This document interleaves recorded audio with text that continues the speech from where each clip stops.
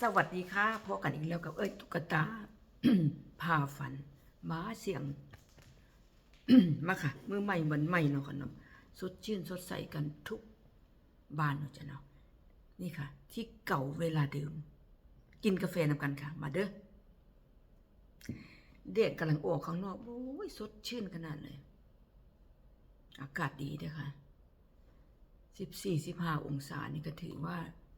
อากาศสิเริ่มดีขึ้นเนาะค่ะเนาะท้องฟ้าก็สดใสเบิ่งสายการบินส่งกันนี่ค่ะกำลังลงเครื่องกำลังลงมา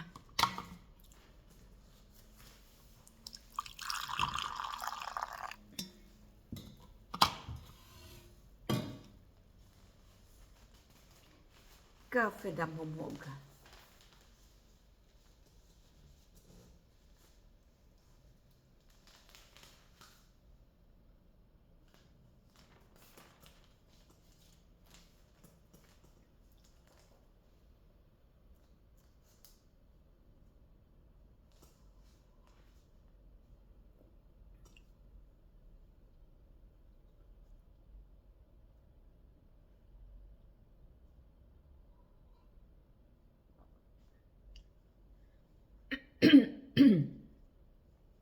ม้าบ่ได้เห็นอัน ท้องฟ้านี่ค่ะเครื่องบินขึ้นบินลงเนาะค่ะเนาะเฮิงแล้วเด้อค่ะนี่มันได้2-3 มื้อนี่เริ่ม แต่ว่าก็บ่คือเก่าแล้วค่ะเพราะว่ามันก็บ่ได้เยอะว่างั้นเถอะอันนั้นไป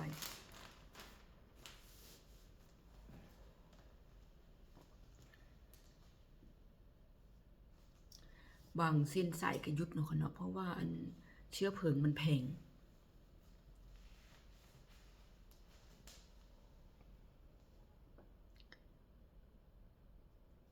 แล้วก็บางอันบริเวณนั้น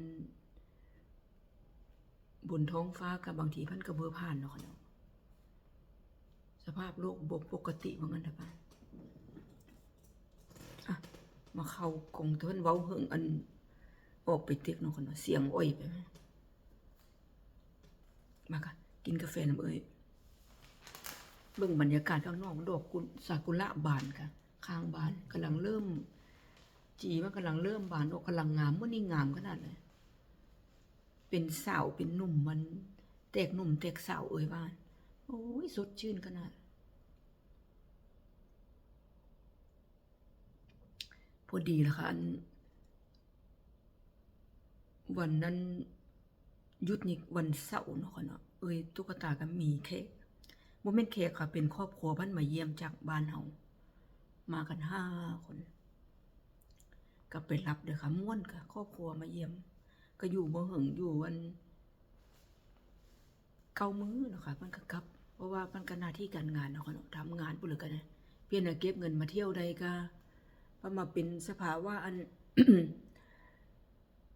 พันเอิญแต่ละสาอัน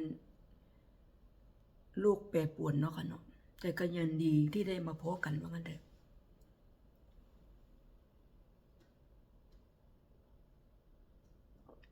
เธอก็เป็นรับนะคะจองรถไว้แล้วเพราะมันนั่งมันหลายคนอยู่ที่หังนี้มันกดหลายเนาะค่ะเนาะนั่งเกินก็บ่ได้เด้อค่ะบ่ได้คือบ้านเฮาบ่แม่นอยากนั่งกันกระบุงกระบะก็รถกระบุงกระบะก็บ่ได้รัดเข็มขัดอันเป็นทางนี้บ่ได้ค่ะโดนปั๊บเสียเงินเยอะมันกดคนละอย่างเนาะค่ะเนาะ รถขับก็ถ้าบ่ถูกบ่ถูกอันตรเสียก็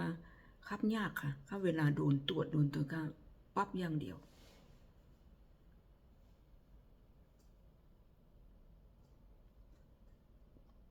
กฎเกณฑ์เยอะแต่ว่าเพิ่นก็ทำเพื่อประชาชนนั่นแหละค่ะบ้านก็ยังมีคนนั้นอยู่เด้อค่ะว่าไปก็ได้เนาะค่ะเนาะมันก็มีหมดแล้วค่ะทุกประเทศล่ะ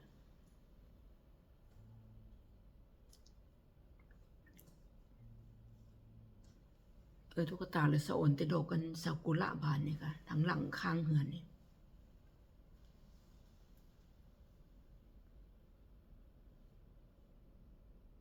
นกก็มาเอาน้ำหวานเนาะค่ะเนาะนกตัวนี้น้อยอะค่ะมันพันเธออัธรสนะคะกินกาแฟไปเบิ่งอันดอกไม้บานลมพัดท้องฟ้าเครื่องบินขึ้นเครื่องบินลงเนาะค่ะเนาะธรรมชาติต้นไม้เขียวๆสดชื่นพันมัก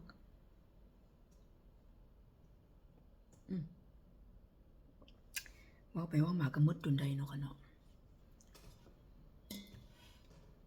อ่ะกาแฟเหมือนแล้วก็ตุ๊กตาปลาฝันขอบคุณเพื่อนๆทุกบ้านทุกคนค่ะที่มากินกาแฟน้ำคู่มื้อ เสียงเจ้าเนาะค่ะเนาะภาษาโยเล่าสู่กันฟังเสียงเจ้ากะมาอีกแล้วเจอกันอีกแล้วมันบอกค่ะอ่ะก็ทุกบ้านมีแต่ความสุขเนาะค่ะเนาะผู้เลิกเป็นใครกะเศร้าไวๆค่ะพบกันคลิปหน้าสวัสดีค่ะ